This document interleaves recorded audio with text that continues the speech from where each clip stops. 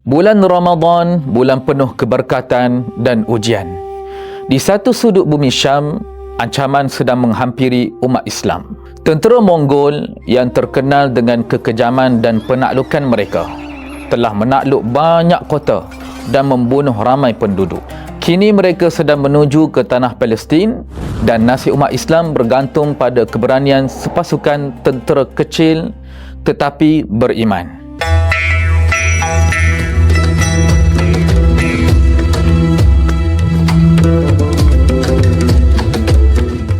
Di bawah pimpinan Sultan Saifuddin Qutuz dan Panglima Baibars, tentera Muslim bersiap dengan penuh keyakinan kepada Allah Subhanahu wa Ta'ala.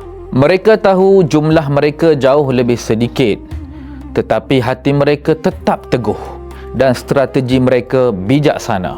Mereka memilih satu lokasi strategik di Ain Jalut, menggali parit, menyusun pasukan dan menanti saat yang tepat iaitu untuk bertempur. Apabila tentera Mongol menyerang, pertempuran itu berlangsung dengan sengit. Panah berterbangan, pedang beradu, bumi bergemuruh.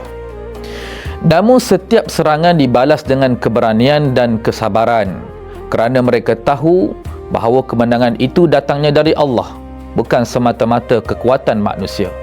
Akhirnya, tentera Mongol yang digeruni itu dikalahkan. Kemenangan ini menjadi titik tolak sejarah bagi umat Islam. Muslim berjaya mematahkan serangan Mongol dan menyelamatkan bumi Syam. Keimanan, strategi dan keberanian mereka terpahat dalam sejarah Islam.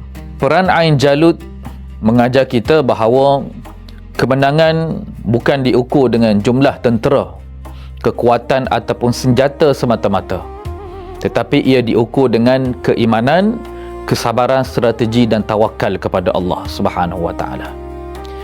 Di bulan Ramadan, kita bukan hanya diuji dengan lapar dan dahaga sahaja, tetapi juga dengan ujian hati, keteguhan dan keberanian menghadapi cabaran. Seperti tentera Muslim di Ain Jalut, setiap ujian adalah peluang untuk menguatkan iman, melatih kesabaran, menjadi insan yang lebih teguh dan berani.